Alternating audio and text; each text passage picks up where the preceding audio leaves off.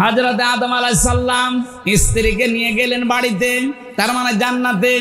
আল্লাহ বলেন কুলা মিনহা রাগাদান হাইসু শি'তুমা, সাবধান, নিজে যা খাবে স্ত্রীকে কিন্তু ওই মানের খাবার খাওয়াবে। আল্লাহ কিন্তু আংতা ওয়া কুলা দেয়নি। যারা কোরআন পড়তে পারে, তাফসীর বোঝে, মেয়েদের প্রতি আল্লাহ দেখেন কেমন টান দিয়েছেন। আল্লাহ বলেন হে পৃথিবীর মেয়েরা, স্বামীর বাড়িতে গিয়ে স্বামী মরণের খাওয়া খাবে আর তোমাকে হালকা দেবে তা না, আমি এটা জায়েজই করি নাই। সে প্রথম তোমার আদি পিতাকে আদেশ দিয়েছি, বউ বাড়ি নিয়েছে, নিজে যেই মানের খাবার খাবে ওই মানের খাবার বউকে খাওয়ানো লাগবে। এটা কিন্তু আল্লাহর আদেশ। আজ অনেক নামাজি, অনেক রোজাদার হজ করে আসে, কিন্তু পারিবারিক জীবনে এটা নেই। না, আপনার নামাজ হবে না, কারণ এটা একটা হক। যেই মানের খাবার খাবেন, যেই মানের পোশাক পরবেন, যেই মানের জায়গায় থাকবেন, ওইটাও স্ত্রীকে ওইভাবে দেওয়া, এটা আল্লাহর নির্দেশ। আমাদের আদি পিতাকে আল্লাহ দিয়েছেন। কেউ যদি মনে করে এ আর কি দুনিয়ার কাজ, এটুকু না, এইটা দিয়ে আপনার জান্নাত তৈরি হবে। কেউ যদি তার স্ত্রীর জন্যে, তার মেয়ের জন্যে খরচ করে, তার মায়ের জন্যে, নবীজি বলেন ওই টাকার হিসাব কিয়ামতে দেওয়া লাগবে না। আপনি কোনো পীরের দরবারে, কোনো মাজারে, কোনো খানকায়, কোনো বাবার দরবারে টাকা দিলে টাকার জবাব দেওয়া লাগবে না, কথা আমি পাইনি। কিন্তু স্ত্রীকে, নিজের মাকে, নিজের মেয়েকে সাধ্য মতো যদি তাদের পেছনে খরচ করেন, এমনকি স্ত্রীর সাজগোজ করার জন্য যদি মাসে ৫-১০ হাজার টাকাও খরচ হয়, পুরা ১০,০০০ আল্লাহর রাস্তায় দান করার সওয়াব হবে। মাসে ১০,০০০ না, বিয়ে করার পর থেকে আজ ৫০ বছরেও ১০,০০০ টাকা সাজগোজ করার জিনিস কিনে দিয়েছেন। বলছেন না, তাই আপনার বিয়ে করার দরকার কি? আল্লাহ বলেন রাগাদান হাইসু শি'তুমা, বউ নিয়ে শুধু বাবার বাড়ি থেকে নিজের বাড়িতে এসে ঘর বন্দি করে রাখবা না। মাঝে মাঝে বেড়াতে যাও, সাধ্য মতো যেখানে ইচ্ছা যাও, যা ইচ্ছা খাও, কিন্তু সাবধান, ওয়ালা তাকরাবা হাদিহিশ শাজারাতা, এই গাছটার নিকটে যাবা না, ফাতাকুনা মিনাজ জালিমিন, তাহলে জালেম হয়ে যাবা। তার মানে এই গাছটা বলতে শুধুমাত্র ওই গন্ধম গাছই না, গাছ মানে একটা বর্ডার। গাছ মানে কি? আল্লাহ পাক বলেন পৃথিবীতে আমার এরকম বর্ডার আছে ৫০০, এই কোরআন শরীফে আছে। এই ৫০০ বর্ডারের কাছে যখনই যাবেন, আদম নবী আলাইহিস সালাম যেমন গাছ বর্ডার ওভারটেক করেছিলেন, সন্তান হিসাবে তোমরা বর্ডার ওভারটেক করবা না, যেখানে যে দেখবা যে থমকে যাবা। বিয়ে বাড়িতে গেছো নিজের বউ নিয়ে, নিষেধ নেই, কিন্তু এমন বিয়ে বাড়িতে যাওয়া যাবে না যেখানে গেলে বড় পর্দা থাকে না, নিজেরও পর্দা থাকে না। এরকম বিয়ে বাড়ি নেই? এক কথা বলে না কেন? এরকম মেলায় যাওয়া যাবে না যেখানে গেলে বড় পর্দা নেই, আপনারও নেই। এই যে চলছে ওয়াজের মাহফিলে, যদি এই মেলায় এই পর্দায় না থাকে, ও ছাতা দেওয়ার দরকার কি? আমি তো শুধু একটা উদাহরণ দিলাম যে বিয়ে বাড়ির আজ হাজারো জায়গা আছে যেখানে গেলে পর্দার মতো বিধান মানা যায় না, জীবন চলে যাইলে ওখানে যাওয়া যাবে না, এটা আল্লাহর নিষেধ। যদি এরপরও কেউ সীমা লঙ্ঘন করেন, আল্লাহ পাক বলেন সে আমার কাছে ঘৃণিত, সে জালেম। বলেন নাউজুবিল্লাহ। সম্মানিত মা বোনেরা, যারা বাইরে যেতে চান, দুইটা বিধান আছে পর্দার, একটা রুখসাত, একটা আজিমাত। আপনার এই মুখমণ্ডল, হাতের কবজি আর পায়ের পাতা বাদ দিয়ে বাকি শরীর ঢেকে আপনি বাইরে যেতে পারবেন, এটা ছাড় আছে। কিন্তু যদি আপনি আজিমাত মেনে চলতে চান, খাস পর্দা যেটা বলা হয়, হাত মোজা, পা মোজা, চোখের উপরে একটা পাতলা কিছু দেওয়া লাগবে, যেটা হেজাব বলা হয়। এটা যদি করতে পারেন তাহলে তো সোনায় সোহাগা। যদিও মেয়েদের পর্দাটা মুখমণ্ডল, হাতের কবজি আর পায়ের পাতা খোলা রাখলেও গুনাহ হবে না। অনেক আলেম যায় এটা জানিয়েছে যে না, মুখটা যেহেতু সৌন্দর্যের প্রতীক, এজন্য মুখটাও ঢেকে রাখা লাগবে। ছেলেদের পর্দা হচ্ছে নাভি থেকে শুরু করে হাঁটু পর্যন্ত। হাবি থেকে শুরু করে হাঁটু পর্যন্ত যদি কোনো পুরুষের ঢাকা থাকে, পুরা শরীরে কাপড় না থাকে, অসুবিধা নেই, আপনি তার ফরজ আদায় হয়ে যাবে। মেয়েরা এখান থেকে মাসলা পেয়েছি আমি, আপনারা যদি নামাজ পড়েন শাড়ি পরে নামাজ পড়লে আপনার নামাজ কিন্তু হবে না যদি চুল বেরিয়ে যায়। শাড়ি পরে নামাজ পড়ছেন, যদি সেজদায় রুকুতে গিয়ে চুল বেরিয়ে যায়, চুল দেখা যায়, আপনার নামাজ ভেঙে যাবে। এজন্য মেয়েদের সর্বোত্তম সুন্নাতি পোশাক আমার মনে হয় যেটা সালোয়ার কামিজ। কি আজকে থেকে পরিবারে এইটা বানিয়ে দেবেন, শাড়ির এই প্রচলন বাদ দিয়ে দেন। হাত পর্যন্ত হাতা বানাবেন ঢিলা ঢালা, পা পর্যন্ত লম্বা বানাবেন, ছায়া পায়জামা নিচে চাই পরুক, ব্লাউজ থাকবে এবং মাথা থেকে শুরু করে পুরা বুক টানিয়ে একটা বড় ওড়না থাকবে।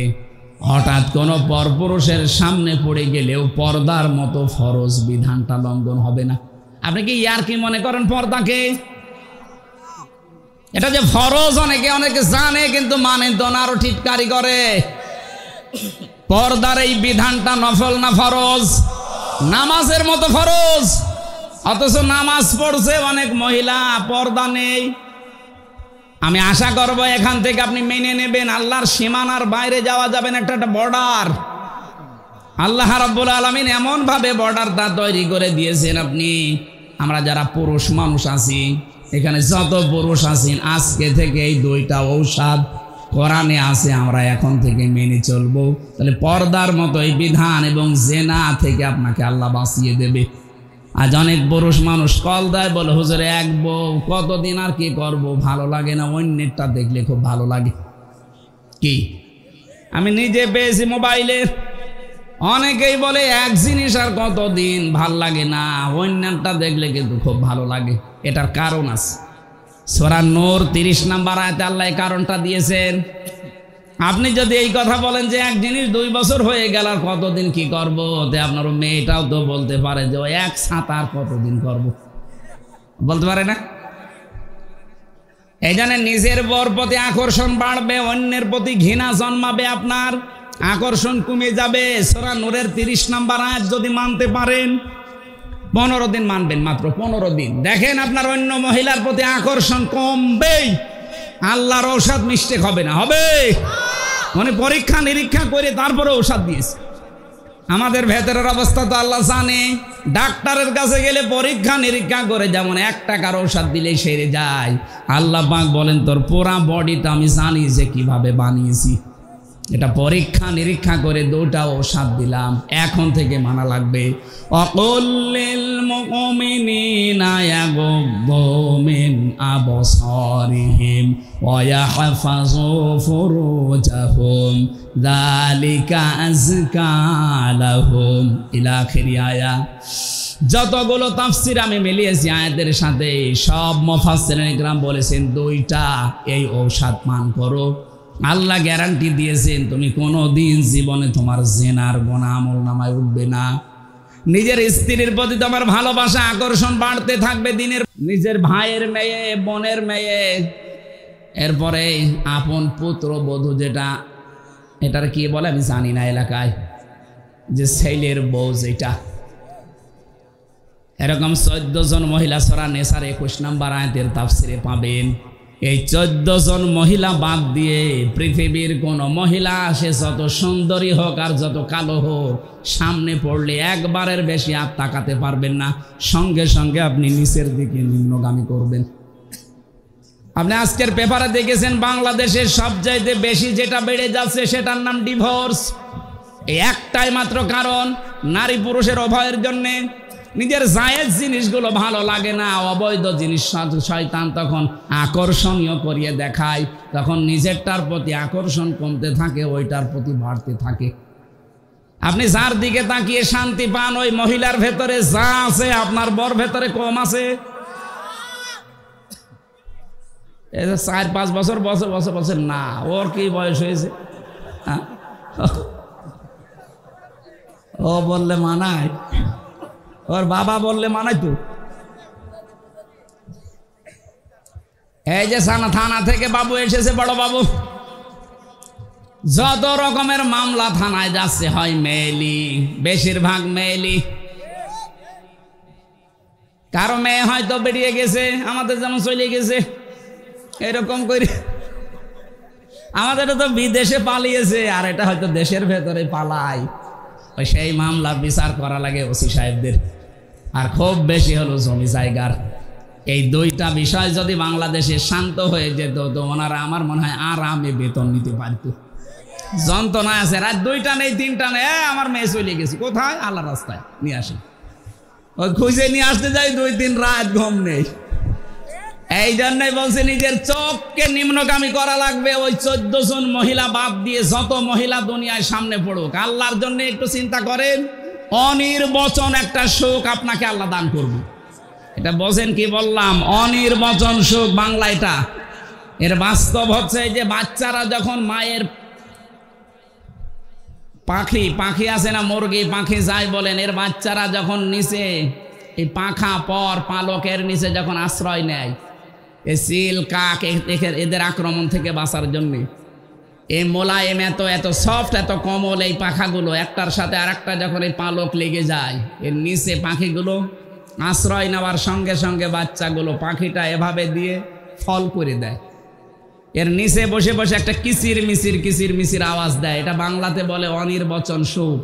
আপনি যদি সত্যি আজকে থেকে মহিলার দিকে না তাকিয়ে চক্ষুকে নিম্নগামী করে থাকতে পারেন, কিছুক্ষণ পরে দেখবেন মনের ভেতর একটা আলাদা শান্তি আল্লাহ দিয়ে দেবে।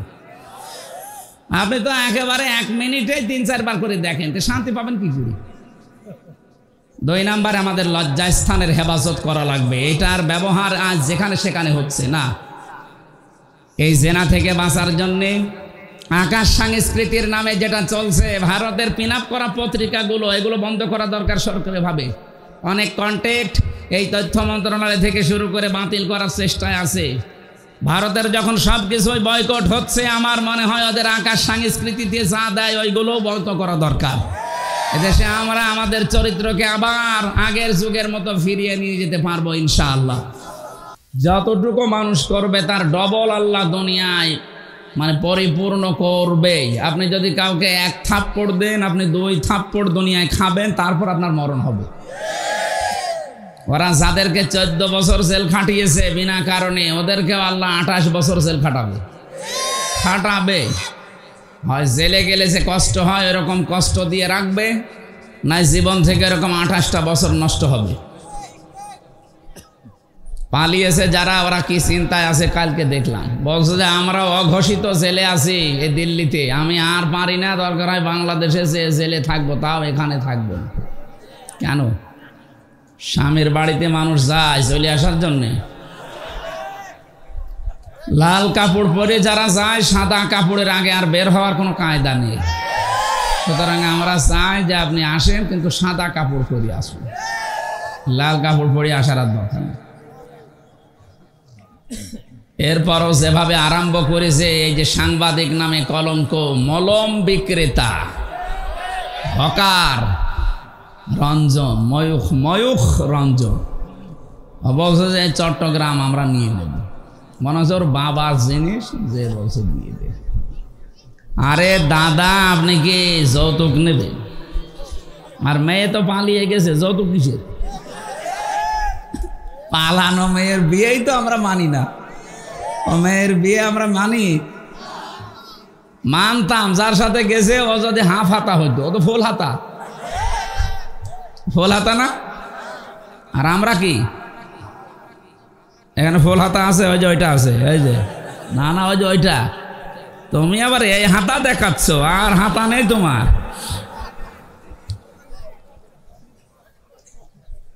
না, যে দাদার কথা বলা হচ্ছে, দাদা বলেন তো, এখন যদি ওনারা মুসলমান বানানো হয়, ও ছাতা এসে মুরব্বী মানুষ এসে গোড়া থেকে কেটে বাদ দেওয়া লাগবে।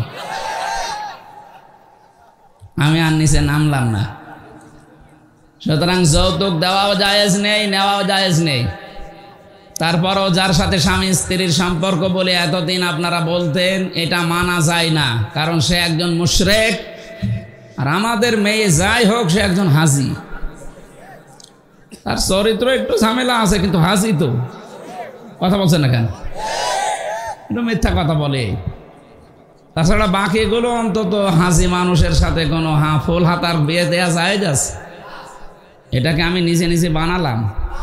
সূরা বাকারা 2 নম্বর পারা 14 নম্বর পৃষ্ঠা 4 নম্বর লাইনের 221 নম্বর আয়াতের মাঝের অংশে আছে।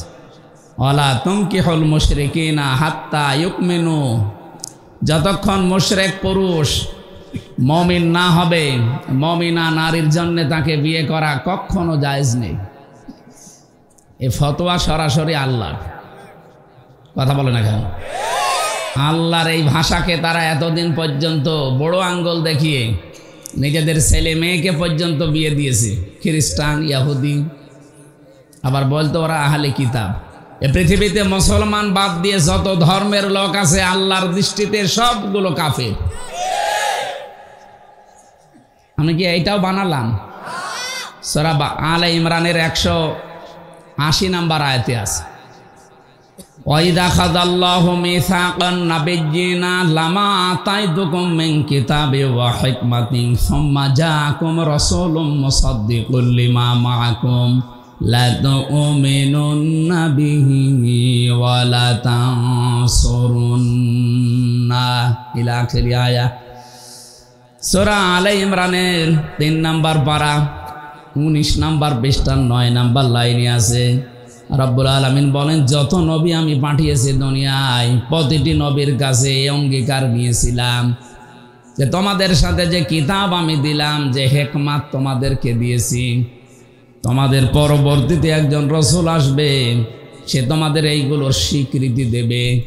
সুতরাং তোমাদের জামানায় যদি কেউ তাকে পেয়ে যায়, লা তু'মিনুন্না বিহি ওয়া লা তানসুরুন্না, লামে তাকিদ নুনে সাকিলা, এত শক্ত শব্দ আল্লাহ দিয়েছেন। কিয়ামত পর্যন্ত আয়াতটা কোরআনে থাকবে। কিয়ামত পর্যন্ত যদি মুসা নবীও আসে, হযরতে ঈসা নবীও আসে, তাদের আর নবী হয়ে আসার সুযোগ নেই, তারা হবে মুহাম্মদুর রাসূলুল্লাহর উম্মত। আর ওই জামানায় যদি নবীজি চলে আসতেন, অবশ্যই তার প্রতি ঈমান আনা এবং তাকে সাহায্য করা। তোমরা কি এই কথা মেনে নিলে? যত নবী আল্লাহ দুনিয়ায় পাঠালেন প্রতিটি নবী বলেছে ক্বালু আকরারনা, আমরা মেনে নিয়েছি।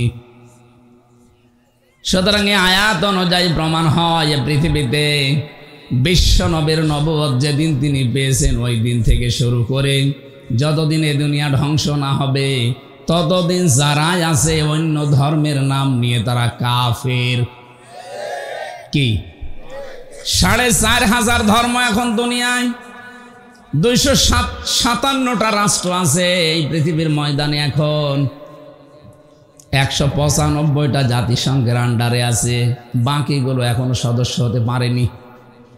যত রকমের জাতি ধর্ম বর্ণ আছে সব এখন এক বাক্যে বলা লাগবে যে আমি মুহাম্মাদুর রাসূলুল্লাহর উম্মত।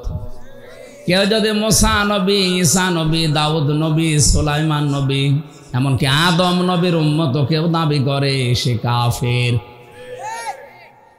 এজন্য যারা এতদিন চালিয়েছেন যে আমার ছেলে বিয়ে হয়েছে খ্রিস্টান, ইহুদি, এটা আহলে কিতাব, আপনি মিথ্যাবাদী। তাহলে কোরআনের আয়াত কেটে বাদ দেওয়া লাগবে। এই কথা বোঝেন? এখান থেকে আপনারা কি নেবেন? এ জামানায় আমরা যারা আছি কোরআন শরীফের ভেতরে দেখবেন আল্লাহ প্রতিটি অক্ষর দিয়ে আমার নবীর হয় সম্মান মর্যাদা উপরে তুলে দিয়েছেন। আলিফ দিয়ে পরিচয় দিয়েছেন আহমাদ, আহমাদ মানে প্রশংসিত। বা দিয়ে আল্লাহ জানাতে চেয়েছেন আমার নবী বাশির, তিনি সুসংবাদদাতা। তা দিয়ে আল্লাহ পাক জানিয়েছেন আমার নবী মুত্তাকি, তিনি সংযম অবলম্বনকারী। সা দিয়ে তিনি জানিয়েছেন আমার নবী মুদ্দাসির, তিনি কম্বলওয়ালা। জিম দিয়ে আল্লাহ পাক বলেন আমার নবী জামিল, সব চাইতে সুন্দর। হা দিয়ে আল্লাহ পাক বলেন আমার নবী হামিম, অন্তরঙ্গ বন্ধু। খ দিয়ে জানিয়েছেন খাতামান নবিয়্যিন, শেষ নবী। এভাবে করতে করতে একেবারে শেষ অক্ষরে দেখবেন ইয়া, আল্লাহ নিজেই ডাক দিয়েছেন নবীকে ইয়াসিন। ইয়া মানে হে, সিন মানে সাজ্জেদ, সাজ্জেদ মানে নেতা। আপনি এবার রাজনীতির গন্ধ খুঁজতে যাবেন না, আল্লাহ নিজের ঘোষণা দেওয়া নেতা। আল্লাহ বলেন একমাত্র নেতৃত্বের গুণাবলী দিয়ে পাঠিয়েছি আমার নবীকে। যেহেতু কিয়ামত পর্যন্ত উনি থাকবেন না, ওনার আদর্শ যারা দুনিয়ায় মেনে চলবে তারাই কেবল নেতৃত্ব দিতে পারে। তাহলে ইয়াসিন এই শব্দ দ্বারা ব্যাখ্যায় পাওয়া যায় কিয়ামত পর্যন্ত নবী থাকবেন না ঠিক, কিন্তু তারা আদর্শ যারা মানবে তারা নেতা হওয়ার কোয়ালিটি পাবে। নবীজির আদর্শ যাদের ভেতরে নেই ও নেতা হতেও পারবে না, কারণ এটা গুরুত্বপূর্ণ একটা পাঠ। আপনি নবীর আদর্শ না পেলে, জনগণের দায়িত্ব পেলে আপনি ঠিক থাকতে পারবেন না। বিশ্বনবী যেদিন হিজরত করবেন, হজরতে আলী রাদিয়াল্লাহু তাআলা আনহুকে ডাক দিলেন, আলী, আল্লাহর আদেশ এসেছে আমি এই মুহূর্তে চলে যাব, কিন্তু ওই যে টোপলাগুলো দেখতে পাও ঘরের ভেতরে, এগুলো সব ওই কাফেরদের। তারা নিজেদের নেতাকে, বাবাকে, মাকে বিশ্বাস করে না, এগুলো আমার কাছে রেখে গেছে আল আমিন, আস সাদিক এই নামের কারণে। ওরা আমাকে আমানতদার ভাবে। নিজেদের বউকে বিশ্বাস করে না, নিজের মাকে বিশ্বাস করে না। দেখো আমার ঘরের ভেতরে টোপলা বেঁধে নাম লিখে লিখে গেছে, আমি তো চলে যাব, এগুলো যদি নিয়ে চলে যাই তাহলে আমার আল আমিন নামের কলঙ্ক হবে। টের পাচ্ছেন কি বলছি? এগুলো আমার আল আমিন নামের কলঙ্ক হয়ে যাবে। তোমাকে আমি আদেশ দিয়ে গেলাম 3 দিন পরে তুমি আমার সাথে মদিনায় দেখা করবা। এই 3 দিনের ভেতরে সকালে এসে যখন ওরা আমাকে না পাবে, আমার বিছানায় তোমারে পাবে। যখনই পাবে এক কাজ করবা, নাম লেখা দেখে দেখে তার হাতে মালটা পৌঁছিয়ে দেবে। এটা আমানতের দায়িত্ব। কেউ যে কেউ পালন না করে সে কিন্তু মুনাফিক হয়ে মরবে। বাংলাদেশে যারা দায়িত্বে থাকে, বিশেষ করে যারা নেতা বলে দাবি করে, এরা যদি এই সেন্স নিয়ে চলতো, আল্লাহর কসম মাওলানা মতিউর রহমান নিজামী, আলী হাসান মুজাহিদের মতো সায়রানাও দুর্নীতি পাওয়া যেত না। এক একজনের ফিরিস্তি দেখতে পাচ্ছেন, দরবেশের মতো মানুষ 36,000 কোটি টাকা। ওরে সবাই করা দরকার, শয়তান দাড়ি টুপির বদনাম করে ফেলিস। সারা দুনিয়ার মানুষেরা দেখতে মনে করতো যে কি দরবেশ, নামই পাল্টিয়ে গিয়েছিল। এদেশে ওর নাম যে সালমান এফ রহমান, অনেকে জানতোই না, নাম বললে চিনতো দরবেশ। তো কাজটা করলো কি? এর মতো চোর এই পৃথিবীতে আছে বলে আমার মনে হয় না। চিন্তা করেন তো, 36,000 কোটি। পদ্মা সেতু বানানোর পরে আরো 4,000 কোটি টাকা দেরি থাকবে, এত টাকাও আত্মসাৎ করিস। দেশটা ফকলা বানিয়ে ফেলেছে এই শয়তানগুলো। আর ওরা এখন দোষ ধরে যে মাওলানা কেন আসবে রাজনীতিতে। শয়তানেরা আসে না, এই জন্যই তো তোমরা পুরা জমিন ফিরি পেয়েছো। মন যা চেয়েছে তাই করছে। ভূমি মন্ত্রীর দায়িত্ব ছিল যারে, তার বাড়ির সংখ্যা দেখলাম 620টা। কত বাড়ি লাগবে আপনার? এখন তার একটা বাড়িতেও থাকতে পারেন না, সবগুলো এখন ওসার গৃহ হয়ে যাচ্ছে। আল্লাহ কোরআনে কারিমে যা দিয়েছেন একেবারে খাপের খাপ মিলে যাচ্ছে। আল্লাহ পাক বলেন, তো জুলুমের কারণে ওই জায়গাটা পর্যন্ত আমি আল্লাহ অভিশপ্ত বানিয়ে দিয়েছি। বিমা জলামো, ওদের জুলুমের কারণে ওরা যেখানে থাকতো ওই জায়গাটাও এখন কিয়ামত পর্যন্ত অভিশপ্ত। আমি হানিফের বাড়ির নাম বললাম এমনি না, আমি দেখে এসেছি। দিনাজপুরে গিয়েছিলাম, ওখানেও একজনের বাড়ি দেখলাম। কিশোরগঞ্জে তো বললামই, ওটা জাতীয় টয়লেট চলছে। আমাদের এখান থেকে যেটা নেওয়া দরকার, আগামীতে যারা আসবেন, জালেমদের এত বড় শিকড় কেটে দিয়ে যদি আল্লাহ বাড়ি ঘর পর্যন্ত পরিত্যক্ত করে দিতে পারে, আগামীতে যারাই বসবেন তারা যদি সত্যি জনগণের উপরে জুলুম করার মন মানসিকতা হয়, 5 বছর পরে আপনার বাড়ি পরিত্যক্ত হয়ে যাবে। কি বলেছি টের পেয়েছেন? না, টের পান না। আলহামদুলিল্লাহ। আমরা যেন শিক্ষা নিতে পারি। আয়াতের পরে এটার আরবি আছে, আমি বাংলাটা বললাম। ইন্না ফি যালিকা লায়াতাল লিকাউমিন ইয়ালামুন। রব্বুল আলামিন বলেন, এর ভেতরে তোর জন্য শিক্ষা আছে। এখানে লামে তাকিদ আছে।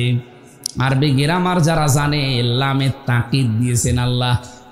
এমনিতে আল্লাহ স্বাভাবিকভাবে কথা বললেই তো হতো, আবার গ্যারান্টি দিলেন কেন? তার মানে এটা আল্লাহ ঘটাবেন, মাস্ট বি, এর ভেতরে কোনো সন্দেহ নেই। আয়াত শুরু করার আগেই দিয়েছেন ইন্না মাঝে দিয়েছেন লামে তাকিদ। আল্লাহ পাক বলেন অবশ্যই এর ভেতরে শিক্ষা আছে যারা জ্ঞানী মানুষ তাদের জন্য। আর যদি ওটা তার কাটা থাকে মাথার, বুদ্ধিহীন হয়, পাগল হয়, নির্বোধ হয়, ওর জন্য এখানে কোনো শিক্ষা নেই। আমরা যেহেতু মাথার তার কাটা না, পাগল না, নির্বোধ না, বুদ্ধিমান বলে দাবি করি, অবশ্যই আমাদেরকে এখান থেকে শিক্ষা নেওয়া লাগবে। আমি দেখতে পাচ্ছি এদেশে অনেকে এখনো পর্যন্ত থালা হাতে পায়নি, তারপরও শুরু করে দিয়েছে উল্টাপাল্টা। এটা ঠিক হচ্ছে না, আপনার বদনাম হয়ে যাচ্ছে। আপনার কারণে দলের বদনাম হচ্ছে, আপনি টের পাচ্ছেন। আজকে গোবিন্দ পরামানিকের সকালের বক্তব্য দেখেননি? নারায়ণগঞ্জের বন্দরে আজকে সকালে একটা ভিডিও ভাইরাল করে দিয়েছে, আমি নাম নিলাম না, ওই দলের একজন নেতা যে প্রকাশ্যে চাঁদাবাজি করছে। কি হয়েছে আপনার? ওই পর্যন্ত যখন যাবে তারেক জিয়া পর্যন্ত পেছনে লাত্তি দিয়ে একেবারে দল থেকে বহিষ্কার করে দেবে। কারণ আপনার মতো আগাছার জন্য বিএনপির মতো এত বড় দলের বদনাম উনি জীবনও মেনে নেবে না। 5 তারিখের পর থেকে অহরহ ভিডিও বার্তা পাঠাচ্ছে যে আপনারা কোনো ঝামেলায় জড়াবেন না, চাঁদাবাজি তো দূরের কথা, মানুষের দিকে চোখ তুলেও তাকাবেন না। আর আপনি কি শুরু করেছেন? সারা দেশে দেখছে উল্টা পাল্টা শুরু হয়েছে। আপনার চাইতে অত্যাচার। আমার সামনের ঘটনা, এই যে মোশতাকুন নবী সাহেব বলছিলেন যে আমারে একদিন হঠাৎ করে এভাবে এসে বোঝাই রেডি হন। কি রেডি কি হব? মানে আপনাকে নিয়ে যাব, চোখ মুখ বেঁধে সারা রাত খালি ঘোরায়। কোথায় নিয়ে যাচ্ছে আমি তো আর টের পাচ্ছি না। হঠাৎ রাত 11টা-12টার দিকে গাজীপুরের ওই জঙ্গলে নিয়ে বলে যা ছেড়ে দিলাম, যেই দৌড় দেবেন গুলি করে মেরে বলবে যে আমরা ক্রস ফায়ারে মরে গেছি। এই চলছিল জঙ্গির নামে নাটক। আল্লাহ মনে হচ্ছে পোড়াটা উল্টি এখন ওদের বিরুদ্ধে দিয়েছে, কারণ ওরা এখন নিষিদ্ধ।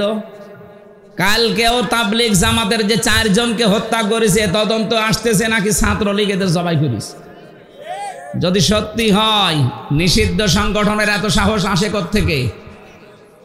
পথে ঘাটে যদি এরকম কিছু পান ওদেরকেও আমার মনে হয় এভাবে ঠিক জবাই করা দরকার, নয়তো থামবে না। আল্লাহ ওই রকম কথা, সূরা বাকারা 190 নম্বর আয়াত, আল্লাহ বলেন কাতিলু, হত্যা করো। তুমি একজন করবা তা না, কাতিলু বহু বচন, তোমরা সবাই হত্যা করবা। ফি সাবিলিল্লাহ, আল্লাহর রাস্তায়।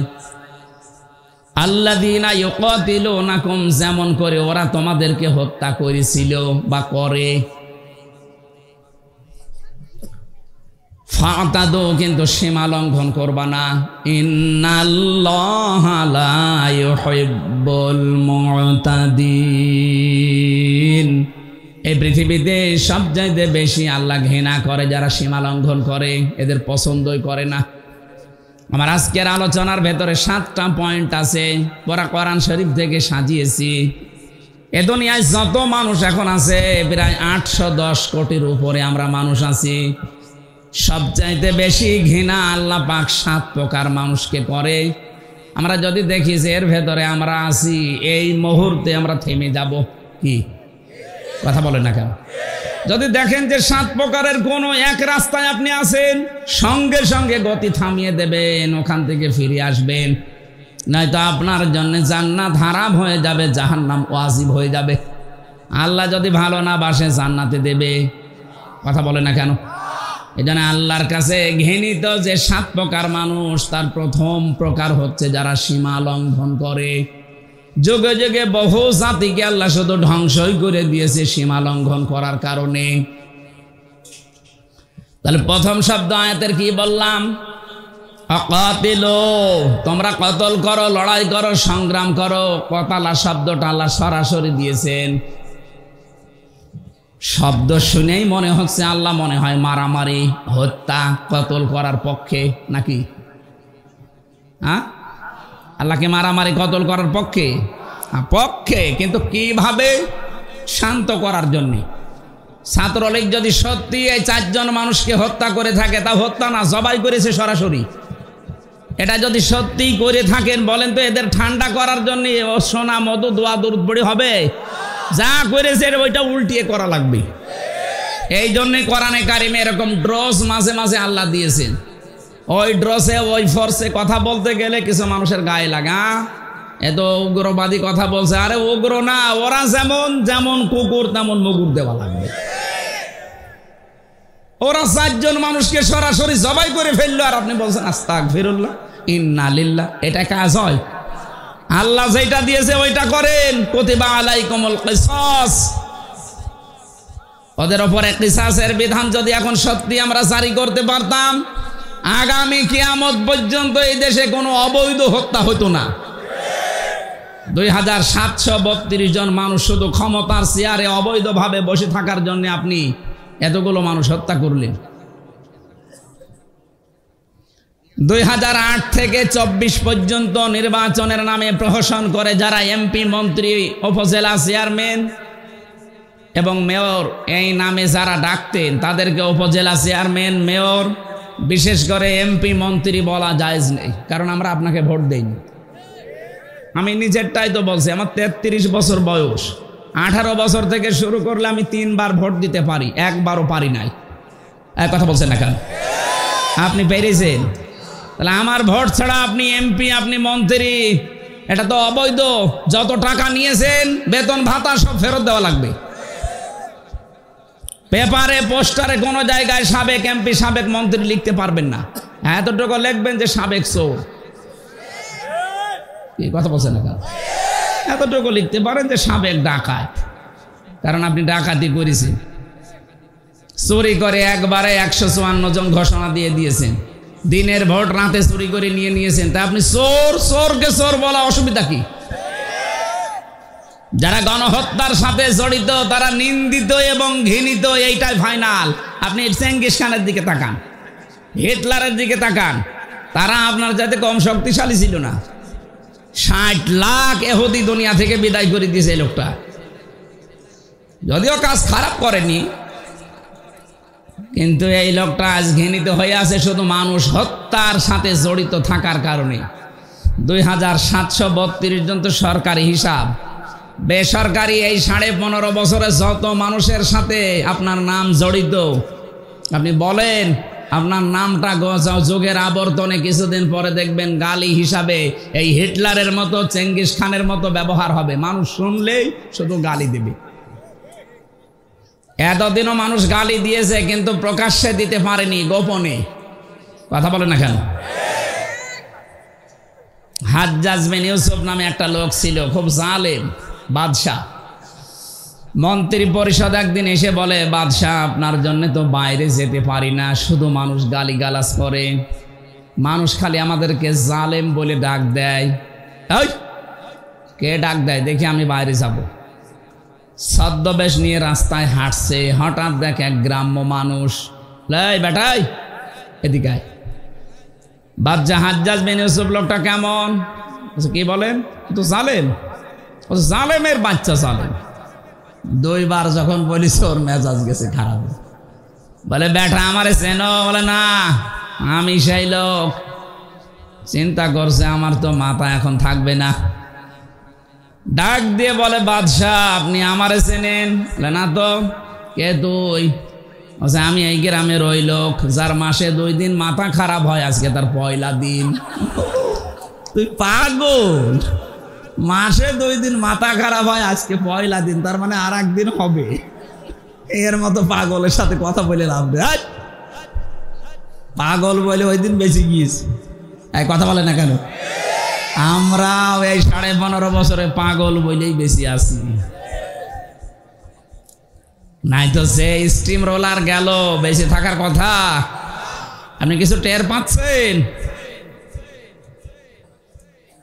মানুষ সামনাসামনি হয়তো অনেকেই প্রশংসা করেছে, কিন্তু পেছনে যে খবর নিয়েছিলেন, এই লক্ষ লক্ষ কোটি কোটি টাকা খরচ করে মূর্তি বানালেন, কি হলো? 3 ঘন্টাও টিকতে পারেনি। সারা দেশে 3 ঘন্টায় সব উল্টিয়ে পাল্টিয়ে একেবারে মাটির সাথে মিশে দিয়েছে। যেটা মিশতে চায়নি কুষ্টিয়ার ওই 5 রাস্তার মোড়ে, শয়তান এত শক্ত ভাঙা যাচ্ছিল না, বেগুন এসে ভেঙেছে, তাও রাখে না জনগণ। এই জন্য হয় না ভাই, জোর করে কিছু করতে যাবেন না। হ্যাঁ, একটা কাজ করেছিল, এখন মুসলমানদের আবেগের জায়গা, এই কারণে ওটা পাল্টানো যায় না। জিয়া আন্তর্জাতিক বিমানবন্দর, এ জেলার কৃতি সন্তান, সাবেক রাষ্ট্রপতি শহীদ প্রেসিডেন্ট জিয়াউর রহমান, তার নামটা পাল্টিয়ে দিয়েছিল শাহজালাল বিমানবন্দর। মানে যাতে মাতাল হলো তাহলে ঠিক আছে, কারণ জানে যে এই নাম পাল্টিয়ে যদি আমার বাবার নাম দেয়, যদি কোনোদিন বাংলার জনগণ আবার আসে, আমার বাবাকেও ছাড়বে, আমারও ছাড়বে। এই জন্য নামটা বাবার আর দেয়নি, বাবার বাবার বাবার বাবা দিয়েছে। এমন নাম যে মুসলমানদের আবেগের জায়গা, আমরা কিছু করতেও পারি না। ওটা যদি বাবার নামে থাকতো না, বিমানবন্দরের সামনে এক বাবা ছিল, বাবারে একেবারে জায়গা মতো পাঠিয়ে দিয়েছে। কথা বলছে না কেন?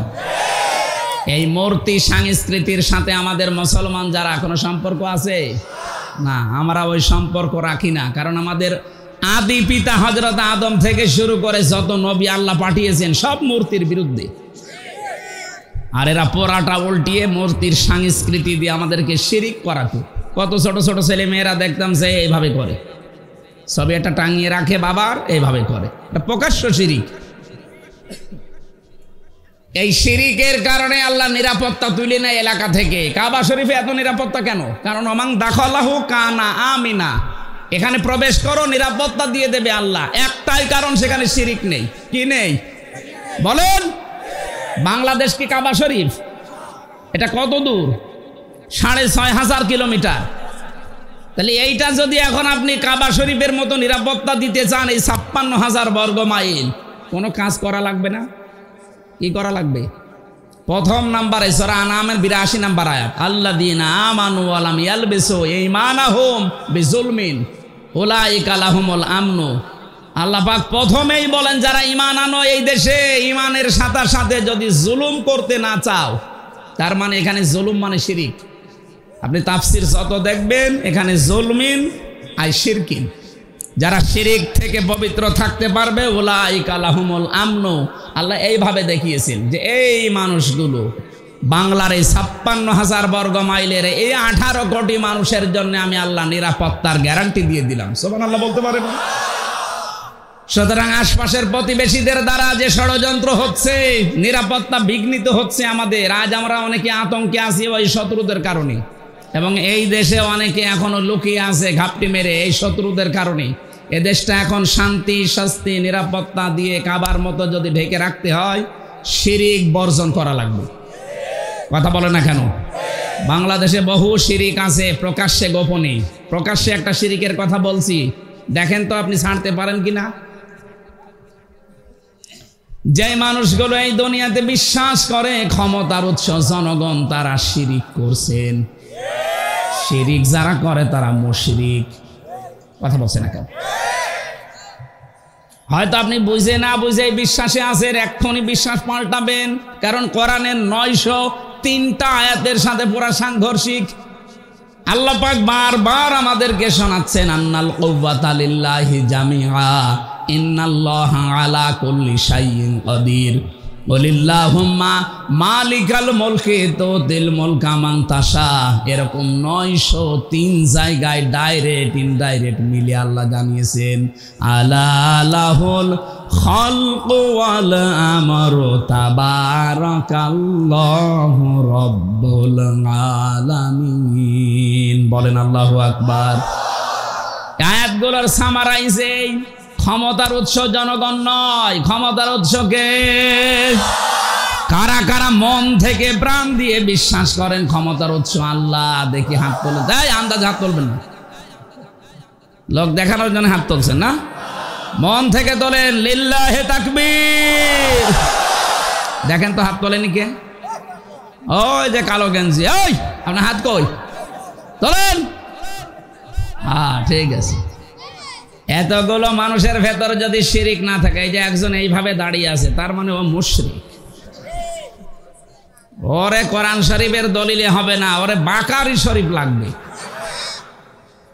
আপনি শিরিক করে তো নিজে বিপদে পড়ছেন না ভাই, আমাদেরকেও বিপদে ফেলছেন। এ বাংলাদেশে বাবার আর নিজের শিরিক করে যদি নিজেরা বিপদে পড়তো, কিচ্ছু বলতাম না। শিরিক করে দেশের শান্তি, স্বস্তি, নিরাপত্তা গোল্লায় যাচ্ছিল। কথা বলছে না কেন? কারণ আল্লাহর ঘোষণা যারা শিরিক করে ওই জায়গা থেকে আল্লাহ শান্তি তুলে দেয়। 2 তলা নৌকা চলছে, কয় তলা বলেন বলেন? উপর তলায় মনে করেন আমরা এই বুজুর্গ যারা এখানে বসে আছি এরকম ভালো মানুষ আছে উপরে সব। নিচতলায় মনে করেন এমন কিছু মানুষ আছে যাদের পানি দরকার, ওরা বারবার উপরে আসে পানি নিয়ে যায়। এখন যদি বলে ডিস্টার্ব করেন কেন, পানি তো নিচেই আছে, একটা তক্তা খুলে নিলে তো হয়। ওরা যদি বলে হুজুর ঠিক আছে আর জীবনও আসবো না, নিচে যে একটা তক্তা খোলা আরম্ভ করিস। ওপরে আমরা যদি এই যে বুজুর্গ যারা যদি দেখিছে যে ঠিক আছে খোল, ওরা নিজেরা যারা নিচে আছে ওরা একা মারবে না আমাদেরকেও মারবে? বলেন। সুতরাং আমাদেরকে বাঁচতে হলে অন্তত উপর তলায় বসে বসে হাওয়া খেলে এখন আর হবে না।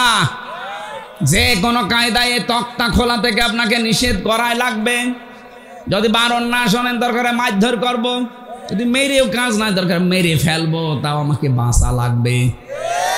আপনি যে শিরিক করার মাধ্যমে দেশে আল্লাহর গজব ডাক দিয়ে নিয়ে আসছিলেন, আপনি টের পাচ্ছেন।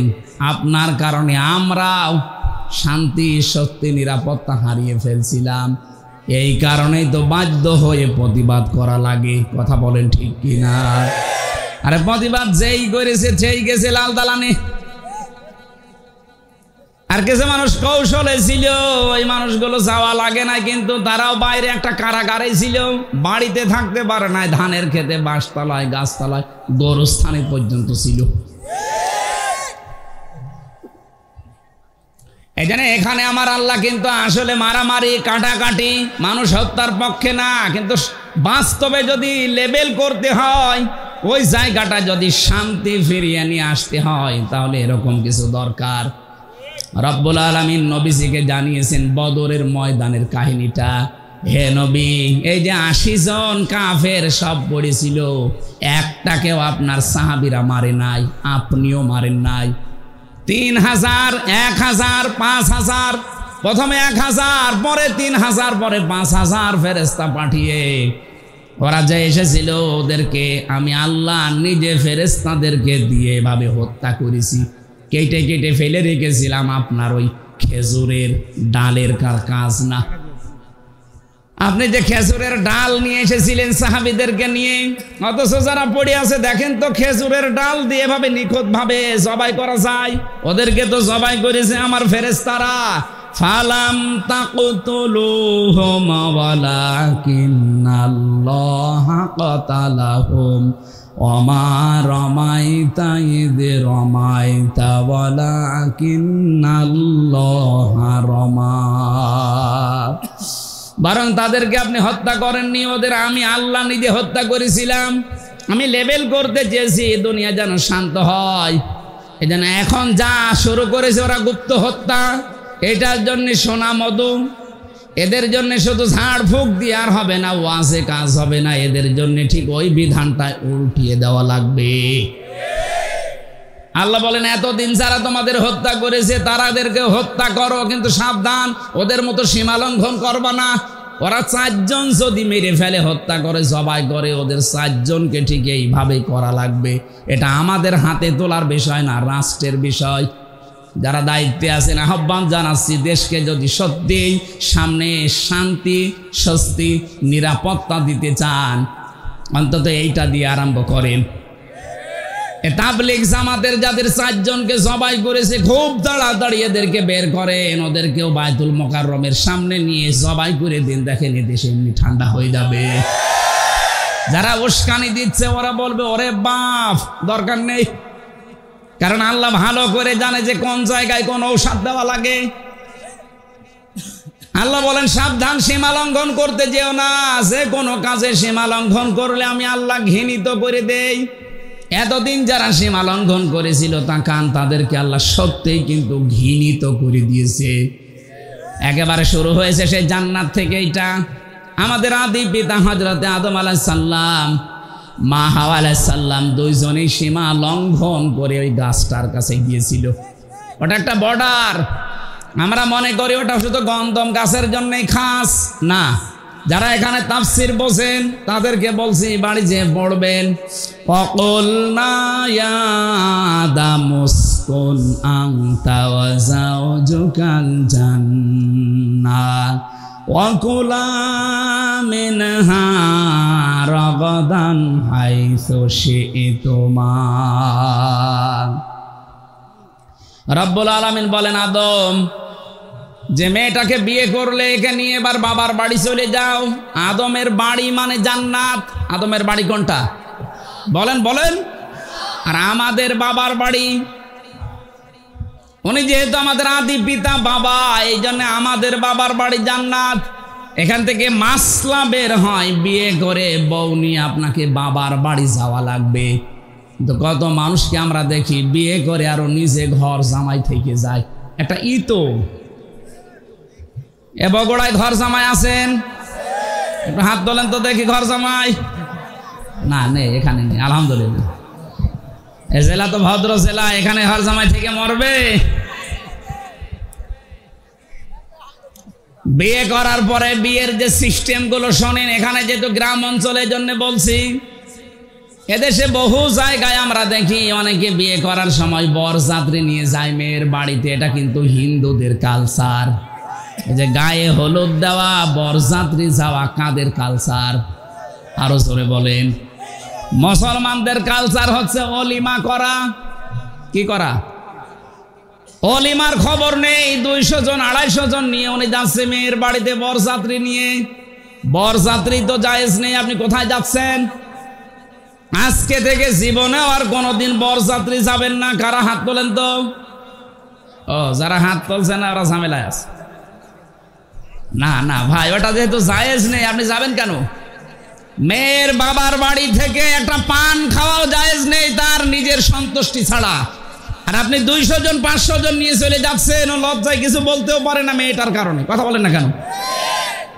মেয়েদের যে কি অধিকার আল্লাহ দিয়েছে এইটা নেই। অলিমা করে ছেলের বাড়ি না মেয়ের বাড়ি? ছেলের বাড়ি। কার বাড়ি? যেন ছেলের বাবা যারা আছেন, আজকে থেকে বরযাত্রীর চিন্তা ভাবনা বাদ দেন। এখন থেকে অলিমা হবে এটা আপনার বাড়িতে। দরকার হয় মেয়ের বাড়ির আরো 200-300 জন নিয়ে আসেন। আমি বারবার বলছি কেন? কারণ আমার তো ছেলে নেই, আমার মেয়ে, আমার বাসা লাগবে না। না, তারপরেও ইসলামের নিয়মটা তো বলা দরকার। আমরাও পালন করতে ওই সময় পারি নাই, কারণ আমি ওই সময় জানতাম না। যে সময় বিয়ে হয়েছিল সঠিক কথা কি আমি জানলে ওই সময় মানতে পারতাম না, কারণ আমি তো ছিলামই একেবারে ওই রকম। সুতরাং এখন পরিবেশ যখন আমাদের এসেছে, আপনারা ছেলের বাবা যারা এই নিয়মটা পাল্টিয়ে ফেলবেন। আর কোনোদিন বরযাত্রী যাব না। কেউ দাওয়াত দিলেও বলবো না আমি ওর ভেতরে নেই। আপনি অলিমার দাওয়াত দেন, আমি আসি। কথা বলেন না কেন? হযরত আদম আলাইহিস সালাম স্ত্রীকে নিয়ে গেলেন বাড়িতে, তার মানে জান্নাতে। আল্লাহ বলেন, কুলা মিনহা রাগাদান হাইসু শি'তুমা। সাবধান, নিজে যা খাবে স্ত্রীকে কিন্তু ওই মানের খাবার খাওয়াবে। আল্লাহ কিন্তু আংতা ওয়া কুলা দেয়নি। যারা কোরআন পড়তে পারে, তাফসীর বোঝে, মেয়েদের প্রতি আল্লাহ দেখেন কেমন টান দিয়েছেন। আল্লাহ বলেন, হে পৃথিবীর মেয়েরা, স্বামীর বাড়িতে গিয়ে স্বামী মরণের খাওয়া খাবে আর তোমাকে হালকা দেবে তা না। আমি এটা জায়েজই করি নাই। সে প্রথম তোমার আদি পিতাকে আদেশ দিয়েছি, বউ বাড়ি নিয়েছে, নিজে যেই মানের খাবার খাবে ওই মানের খাবার বউকে খাওয়ানো লাগবে। এটা কিন্তু আল্লাহর আদেশ। আজ অনেক নামাজি, অনেক রোজাদার হজ করে আসে, কিন্তু পারিবারিক জীবনে এটা নেই। না, আপনার নামাজ হবে না, কারণ এটা একটা হক। যেই মানের খাবার খাবেন, যেই মানের পোশাক পরবেন, যেই মানের জায়গায় থাকবেন, ওইটাও স্ত্রীকে ওইভাবে দেওয়া, এটা আল্লাহর নির্দেশ। আমাদের আদি পিতাকে আল্লাহ দিয়েছেন। কেউ যদি মনে করে এ আর কি দুনিয়ার কাজ, এটুকু না, এইটা দিয়ে আপনার জান্নাত তৈরি হবে। কেউ যদি তার স্ত্রীর জন্যে, তার মেয়ের জন্যে খরচ করে, তার মায়ের জন্যে, নবী যে বলেন ওই টাকার হিসাব কিয়ামতে দেওয়া লাগবে না। আপনি কোনো পীরের দরবারে, কোনো মাজারে, কোনো খানকায়, কোনো বাবার দরবারে টাকা দিলে টাকার জবাব দেওয়া লাগবে না, কথা আমি পাইনি। কিন্তু স্ত্রীকে, নিজের মাকে, নিজের মেয়েকে সাধ্য মতো যদি তাদের পেছনে খরচ করেন, এমনকি স্ত্রীর সাজগোজ করার জন্য যদি মাসে ৫-১০ হাজার টাকাও খরচ হয়, পুরা ১০,০০০ আল্লাহর রাস্তায় দান করার সওয়াব হবে। মাসে ১০,০০০ না, বিয়ে করার পর থেকে আজ ৫০ বছরেও ১০,০০০ টাকা সাজগোজ করার জিনিস কিনে দিয়েছেন, বলছেন না, তাই আপনার বিয়ে করার দরকার কি? আল্লাহ বলেন রাগাদান হাইসো সে তোমা, বউ নিয়ে শুধু বাবার বাড়ি থেকে নিজের বাড়িতে এসে ঘর বন্দি করে রাখবা না, মাঝে মাঝে বেড়াতে যাও, সাধ্য মতো যেখানে ইচ্ছা যাও, যা ইচ্ছা খাও, কিন্তু সাবধান, ওয়ালা তাকরাবা হাদিহিস শাজারাতা, এই গাছটার নিকটে যাবা না, ফাতাকুনা মিনাজ জালিমিন, তাহলে জালেম হয়ে যাবা। তার মানে এই গাছটা বলতে শুধুমাত্র ওই গন্ধম গাছই না, গাছ মানে একটা বর্ডার। গাছ মানে কি? আল্লাহ পাক বলেন পৃথিবীতে আমার এরকম বর্ডার আছে ৫০০, এই কোরআন শরীফে আছে। এই ৫০০ বর্ডারের কাছে যখনই যাবেন, আদম নবী আলাইহিস সালাম যেমন গাছ বর্ডার ওভারটেক করেছিলেন, সন্তান হিসাবে তোমরা বর্ডার ওভারটেক করবা না, যেখানে যে দেখবা যে থমকে যাবা। বিয়ে বাড়িতে গেছো নিজের বউ নিয়ে, নিষেধ নেই, কিন্তু এমন বিয়ে বাড়িতে যাওয়া যাবে না যেখানে গেলে বড় পর্দা থাকে না, নিজেরও পর্দা থাকে না। এরকম বিয়ে বাড়ি নেই? এক কথা বলে না কেন? এরকম মেলায় যাওয়া যাবে না যেখানে গেলে বড় পর্দা নেই, আপনারও নেই। এই যে চলছে ওয়াজের মাহফিলে, যদি এই মেলায় এই পর্দায় না থাকে, ও ছাতা দেওয়ার দরকার কি? আমি তো শুধু একটা উদাহরণ দিলাম যে বিয়ে বাড়ির আজ হাজারো জায়গা আছে যেখানে গেলে পর্দার মতো বিধান মানা যায় না, জীবন চলে যাইলে ওখানে যাওয়া যাবে না, এটা আল্লাহর নিষেধ। যদি এরপরও কেউ সীমা লঙ্ঘন করেন, আল্লাহ পাক বলেন সে আমার কাছে ঘৃণিত, সে জালেম। বলেন নাউজুবিল্লাহ। সম্মানিত মা বোনেরা যারা বাইরে যেতে চান, দুইটা বিধান আছে পর্দার, একটা রুখসাত, একটা আজিমাত। আপনার এই মুখমণ্ডল, হাতের কবজি আর পায়ের পাতা বাদ দিয়ে বাকি শরীর ঢেকে আপনি বাইরে যেতে পারবেন, এটা ছাড় আছে। কিন্তু যদি আপনি আজিমাত মেনে চলতে চান, খাস পর্দা যেটা বলা হয়, হাত মোজা, পা মোজা, চোখের উপরে একটা পাতলা কিছু দেওয়া লাগবে, যেটা হেজাব বলা হয়। এটা যদি করতে পারেন তাহলে তো সোনায় সোহাগা। যদিও মেয়েদের পর্দাটা মুখমণ্ডল, হাতের কবজি আর পায়ের পাতা খোলা রাখলেও গুনাহ হবে না। অনেক আলেম যায় এটা জানিয়েছে যে না, মুখটা যেহেতু সৌন্দর্যের প্রতীক, এজন্য মুখটাও ঢেকে রাখা লাগবে। ছেলেদের পর্দা হচ্ছে নাভি থেকে শুরু করে হাঁটু পর্যন্ত। হাবি থেকে শুরু করে হাঁটু পর্যন্ত যদি কোনো পুরুষের ঢাকা থাকে, পুরা শরীরে কাপড় না থাকে, অসুবিধা নেই, আপনি তার ফরজ আদায় হয়ে যাবে। মেয়েরা এখান থেকে মাসলা পেয়েছি আমি, আপনারা যদি নামাজ পড়েন, শাড়ি পরে নামাজ পড়লে আপনার নামাজ কিন্তু হবে না যদি চুল বেরিয়ে যায়। শাড়ি পরে নামাজ পড়ছেন, যদি সেজদায় রুকুতে গিয়ে চুল বেরিয়ে যায়, চুল দেখা যায়, আপনার নামাজ ভেঙে যাবে। এজন্য মেয়েদের সর্বোত্তম সুন্নাতি পোশাক আমার মনে হয় যেটা সালোয়ার কামিজ। কি আজকে থেকে পরিবারে এইটা বানিয়ে দেবেন, শাড়ির এই প্রচলন বাদ দিয়ে দেন। হাত পর্যন্ত হাতা বানাবেন ঢিলা ঢালা, পা পর্যন্ত লম্বা বানাবেন, ছায়া পায়জামা নিচে চাই পরুক, ব্লাউজ থাকবে এবং মাথা থেকে শুরু করে পুরা বুক টানিয়ে একটা বড় ওড়না থাকবে। হঠাৎ কোনো পরপুরুষের সামনে পড়ে গেলেও পর্দার মতো ফরজ বিধানটা লঙ্ঘন হবে না। আপনি কি ইয়ার কি মনে করেন পর্দাকে? এটা যে ফরজ অনেকে জানে কিন্তু মানে তো না, আরো ঠিককারি করে। পর্দার এই বিধানটা নফল না ফরজ? নামাজের মতো ফরজ, অথচ নামাজ পড়ছে অনেক মহিলা, পর্দা নেই। আমি আশা করব এখান থেকে আপনি মেনে নেবেন, আল্লাহর সীমানার বাইরে যাওয়া যাবে না, একটা বর্ডার। আল্লাহ রাব্বুল আলামিন এমন ভাবে বর্ডারটা তৈরি করে দিয়েছেন। আপনি আমরা যারা পুরুষ মানুষ আছি, এখানে যত পুরুষ আছেন, আজকে থেকে এই দুইটা ঔষধ কোরআনে আছে, আমরা এখন থেকে মেনে চলবো। তাহলে পর্দার মতো এই বিধান এবং জেনা থেকে আপনাকে আল্লাহ বাঁচিয়ে দেবে। আজ অনেক পুরুষ মানুষ কল দেয়, বলে হুজুর এক বউ, কতদিন আর কি করব, ভালো লাগে না, অন্যেরটা দেখলে খুব ভালো লাগে। কি আমি নিজে পেয়েছি মোবাইলে, অনেকেই বলে এক জিনিস আর কতদিন ভাল লাগে না, অন্যটা দেখলে কিন্তু খুব ভালো লাগে।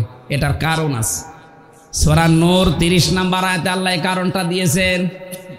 আপনি যদি এই কথা বলেন যে এক জিনিস 2 বছর হয়ে গেল আর কতদিন কি করব, তে আপনার মেয়েটাও তো বলতে পারে যে এক ছাতা আর কতদিন করব, বলতে পারে না? এই জন্য নিজের বর প্রতি আকর্ষণ বাড়বে, অন্যের প্রতি ঘৃণা জন্মাবে, আপনার আকর্ষণ কমে যাবে। সূরা নূরের 30 নম্বর আয়াত যদি মানতে পারেন, 15 দিন মানবেন, মাত্র 15 দিন, দেখেন আপনার অন্য মহিলার প্রতি আকর্ষণ কমবেই। আল্লাহর ঔষধ মিস্টেক হবে না, হবে। মানে পরীক্ষা নিরীক্ষা করে তারপরে ঔষধ দিয়েছে। আমাদের ভেতরের অবস্থা তো আল্লাহ জানে। ডাক্তারের কাছে গেলে পরীক্ষা নিরীক্ষা করে যেমন 1 টাকার ঔষধ দিলেই সেরে যায়, আল্লাহ পাক বলেন তোর পুরা বডিটা আমি জানি যে কিভাবে বানিয়েছি। এটা পরীক্ষা নিরীক্ষা করে 2টা ঔষধ দিলাম, এখন থেকে মানা লাগবে। অকুল্লিল মুমিনিনা ইয়াগুদ্দু মিন আবসারিহিম ওয়া ইয়াহফাযু ফুরুজাহুম যালিকা আযকা লাহুম ইলা আখিরি আয়া। যতগুলো তাফসীর আমি মিলিয়েছি আয়াতের সাথে, সব মুফাসসিরিন ইকরাম বলেছেন 2টা এই ঔষধ পান করো। আল্লাহ গ্যারান্টি দিয়েছেন তুমি কোনোদিন জীবনে তোমার জিনার গুনাহ আমলনামায় উঠবে না।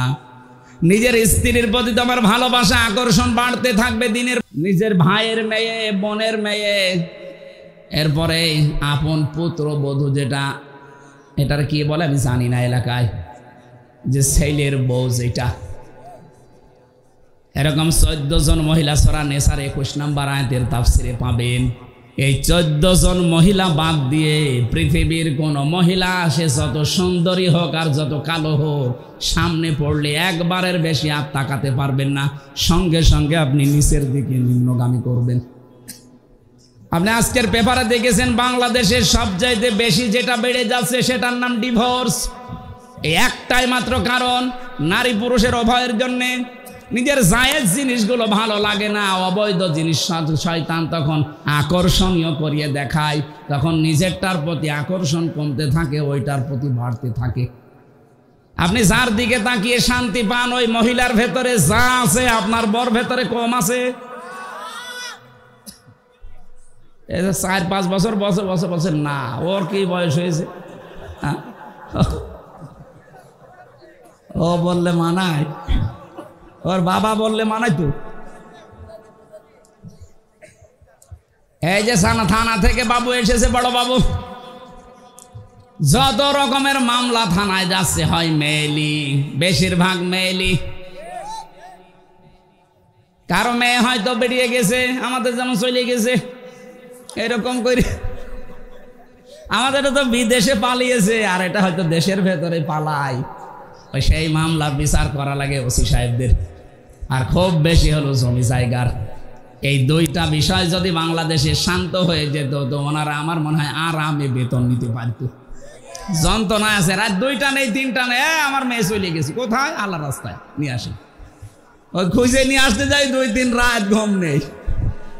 এই জন্যই বলছে নিজের চোখকে নিম্নগামী করা লাগবে। ওই 14 জন মহিলা বাদ দিয়ে যত মহিলা দুনিয়ায় সামনে পড়ুক, আল্লাহর জন্য একটু চিন্তা করেন, অনির্বচন একটা সুখ আপনাকে আল্লাহ দান করবে। এটা বোঝেন কি বললাম? অনির্বচন সুখ, বাংলা এটা। এর বাস্তব হচ্ছে যে বাচ্চারা যখন মায়ের পাখি আছে না, মুরগি পাখি যাই বলেন, এর বাচ্চারা যখন নিচে এই পাখা পর পালকের নিচে যখন আশ্রয় নেয়, এই চিল কাক এদের আক্রমণ থেকে বাঁচার জন্য, এই মোলায়েম এত সফট, এত কোমল এই পাখাগুলো, একটার সাথে আরেকটা যখন এই পালক লেগে যায়, এর নিচে পাখিগুলো আশ্রয় নেওয়ার সঙ্গে সঙ্গে বাচ্চাগুলো পাখিটা এভাবে দিয়ে ফল করে দেয়। এর নিচে বসে বসে একটা কিচির মিচির আওয়াজ দেয়। এটা বাংলাতে বলে অনির্বচন সুখ। আপনি যদি সত্যি আজকে থেকে মহিলার দিকে না তাকিয়ে চক্ষুকে নিম্নগামী করে থাকতে পারেন, কিছুক্ষণ পরে দেখবেন মনের ভেতর একটা আলাদা শান্তি আল্লাহ দিয়ে দেবেন। আপনি তো একেবারে 1 মিনিটে 3-4 বার করে দেখেন, তো শান্তি পাবেন কি করে? 2 নম্বরে আমাদের লজ্জাস্থানের হেফাজত করা লাগবে। এটার ব্যবহার আজ যেখানে সেখানে হচ্ছে না। এই জেনা থেকে বাঁচার জন্যে আকাশ সংস্কৃতির নামে যেটা চলছে, ভারতের পিন আপ করা পত্রিকাগুলো, এগুলো বন্ধ করা দরকার সরকারি ভাবে। অনেক কন্টেন্ট এই তথ্য মন্ত্রণালয় থেকে শুরু করে বাতিল করার চেষ্টায় আছে। ভারতের যখন সব কিছুই বয়কট হচ্ছে, আমার মনে হয় ওদের আকাশ সংস্কৃতিতে যা দেয় ওইগুলোও বন্ধ করা দরকার। এদেশে আমরা আমাদের চরিত্রকে আবার আগের যুগের মতো ফিরিয়ে নিয়ে যেতে পারবো ইনশাআল্লাহ।